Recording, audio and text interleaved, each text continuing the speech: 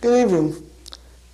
This is Tiger Carter, and you're watching Surviving the Lion's Den. Today, we're talking about dysfunctional families. And unfortunately, today is my last episode here, but I wanted to really talk about this subject because unfortunately, a lot of people in society are dealing with dysfunctional families. And I have a little description of what dysfunctional families are. And basically, dysfunctional families is a family that can, in any condition that interferes with a person's natural growth ability. I'll even give you a little example. As a kid, I was like a miniature adult. I cooked and cleaned and made sure my little brother got off to school. My mom was always working, sometimes 10, 12-hour days. 12-hour shifts, excuse me. And I guess I never really was able to be a kid. I mean, I had to work hard to get A's and take on lots of responsibilities. And I put on a real competent front, but I felt very empty inside. My dad was an alcoholic, and I never really had a whole lot of kids or friends come over. I never really got close to people.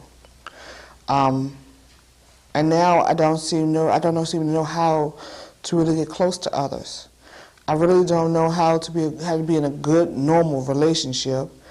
Most of the time I felt pretty much alone. My mom always had these big ambitions for me. You know, she told me what she thought my career should be and who my friends should be, you know, who I should date, those kinds of things. You know, it's like she expected me to be perfect. But at the same time, it's like she thought I had no common sense, no brain in my own head. I felt like I was suffocating most of the time.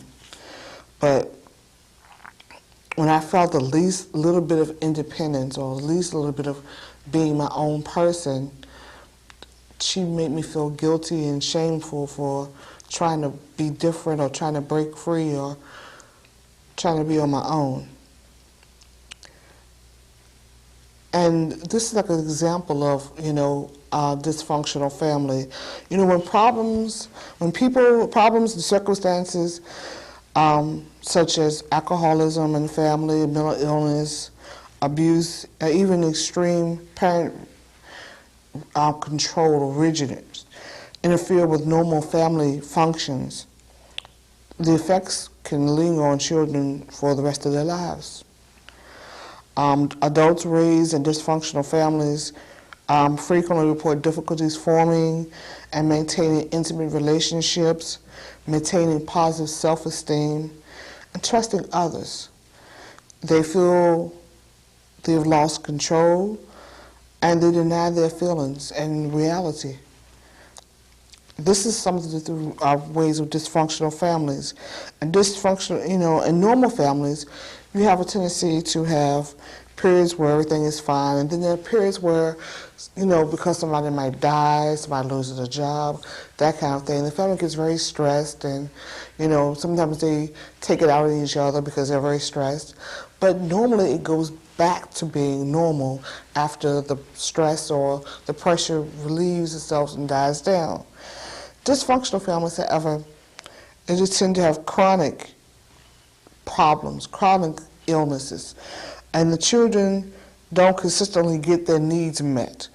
Negative patterns of behavior from the parents tend to dominate the child's life. They feel like they're being, like I said, suffocated.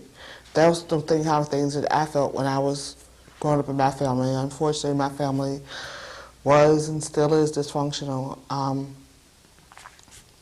I would be, now I'm not saying that all single-family families are like this, but in my particular family, even my mom, like I said, worked very long, hard hours to make sure that we had food and clothes and those kinds of things, which every child needs.